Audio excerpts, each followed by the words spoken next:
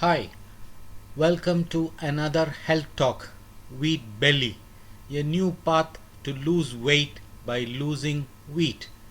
This is a famous book written by Dr. William Davis on wheat belly, where he has found a new method to lose weight and be happy. Let's see what Dr. William Davis says in its book. Here are 10 reasons to never eat wheat again. Now, you've been told the opposite, right?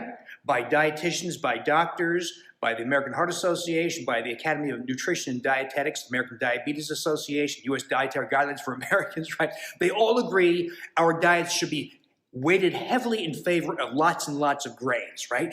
Every meal, every snack should include some form of grains, especially wheat. Well, I'm going to tell you the opposite is true, and here are 10 reasons why. This is quite interesting.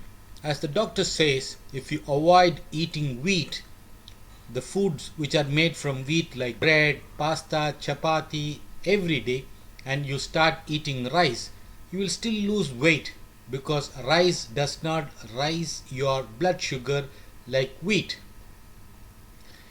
Rice doesn't have amylopectin or ghee which stimulates the appetite, whereas wheat which has ghee which stimulates appetite when you eat food. What are the real 3 tips that you want to give people to say this is doable? As you know, identifying the obvious sources of wheat is easy. Breads, pastas, cookies, cakes, the stuff we all recognize as being made of wheat flour. The tricky part is identifying the hidden sources. We know that virtually all processed foods have wheat in them. So it's in taco seasoning, it's in licorice, it's in virtually every frozen dinner, it's in canned soup, it's in salad dressings. Now, I raise this question. If we know that the gliadin-derived opiates from wheat are appetite stimulants, what are they doing in virtually everything? So what is wheat belly? Wheat raises your blood sugar dramatically. When you eat any wheat-related food, your blood sugar dramatically increases. 2 slices of bread is more than a Snicker bar what you eat.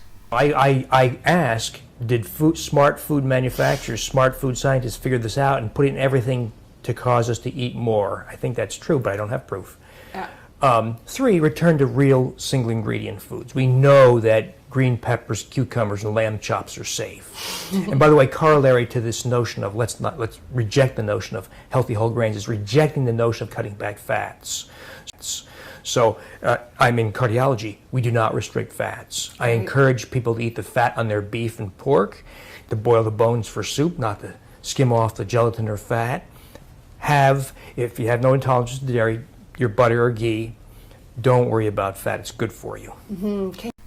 So in his book, he has written when wheat is removed from the diet, the small LDL levels falls down by 80 to 90%. LDL is low density lipoprotein.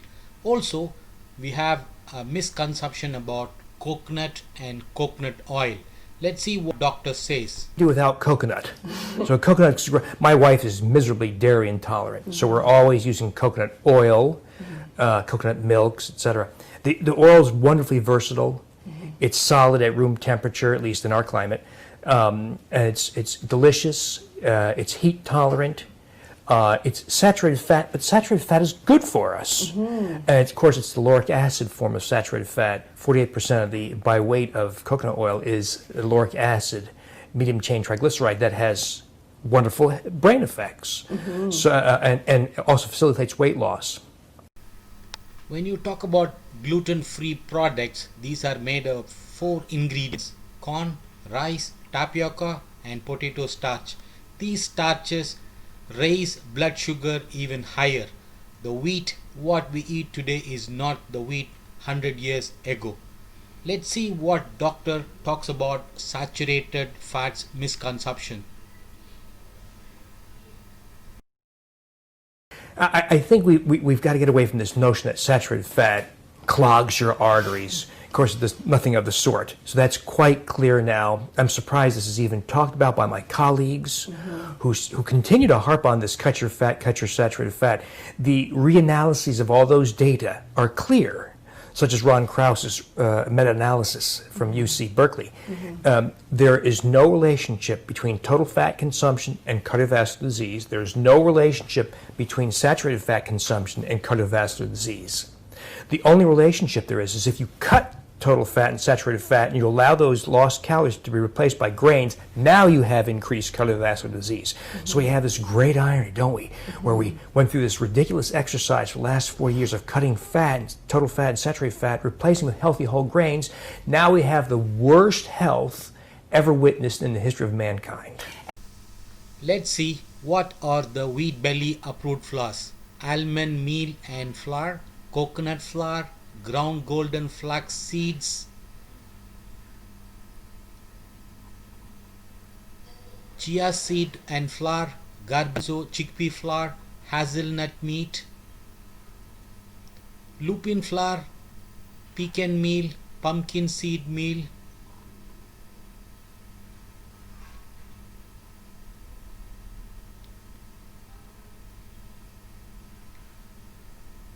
peanut meal and flour, walnut meal. Also, let's see what doctor talks about the real use of essential fats. Absolutely. And so, what are your favorite sources of omega-3? Fish oil and fish oil. I love it. So, Sustainable fish oil. yeah. So I try to steer people. So I see this from a cardiovascular risk standpoint, as well as metabolic improvement. So I try to steer people towards the liquid triglyceride forms of fish oil because of the enhanced absorption of the DHA specifically. If that doesn't fit your budget or is too hard to swallow or find, then the ethyl ester form capsules are a second best. Of course, the linoleic acid in chia and flaxseed is a wonderful oil, but does not provide the same kind of benefits as the EPA DHA.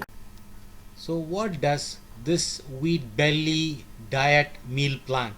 What are the foods we can eat? Fresh veggies, fresh fruits, fresh veggies like all greens, pepper, mushrooms, artichokes, and fresh fruits like berries, apple, melon, citrus. Also healthy fats like coconut, olive oil, raw nuts, avocado, coconut milk, cocoa butter or ghee, and also grass-fed meats and eggs.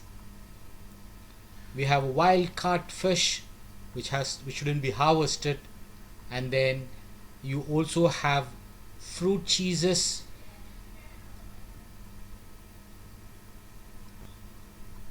and then we have fermented foods like kefir or yogurt, pickled cultured vegetable, tempeh, miso, and processed grain, buckwheat, brown rice. So now let's see the foods to avoid. Grain-based desserts, cakes, cookies, donuts, crisp, cobblers, breads, cereals, pizzas, chips and crackers, pastas and noodles. All these are made with wheat or wheat product, so these has to be avoided. Then wheat tortillas, wrap, burritos, tacos, chapatis, fast food items, trans fats, fried food, curd, meats, any takeaway, sandwiches, Italian dishes, burger, all has got wheat. Breaded proteins, cutlet, processed meat, frozen veggies, and then processed rice and potato products, added sugar, which has high fructose and corn syrup, dried fruits, juices, sugar, and beverage. All these foods has to be avoided. That are rancid because they're baked and then sit on the shelf for 6 months. So I know that you're a lover of fat, but can you speak to the potential problems of over-consuming omega-6? Yeah, so we do need some omega-6, of course. So linoleic acid, the prototype omega-6 is an essential fatty acid. So we do need some, but we don't need the excessive quantities that we get from corn oil, mixed vegetable oil, safflower oil, canola oil, all those oils. So we remove those because we get some linoleic acid through foods like beautiful nuts and seeds. Nuts and seeds and other foods. So we do need some, but we just don't need these extremes added in those added forms. Absolutely. So what are the best diets for Indians? Our South Indian foods, especially, they are made of rice and rice-based foods like idli, dosa, puttu, appam, idiyappam. All these foods are steamed and these are very healthy. Though dosa is pan-fried, and still we have a dosa called kal dosai, which is made with small oil on a griddle. Kal dosa is thick, but it is made with less oil, and this is very, very healthy. So let's eat more of a rice and rice products and avoid wheat completely. Thank you for watching the video. Hope you liked it. We will see you in another interesting video. Subscribe, share, like and comment.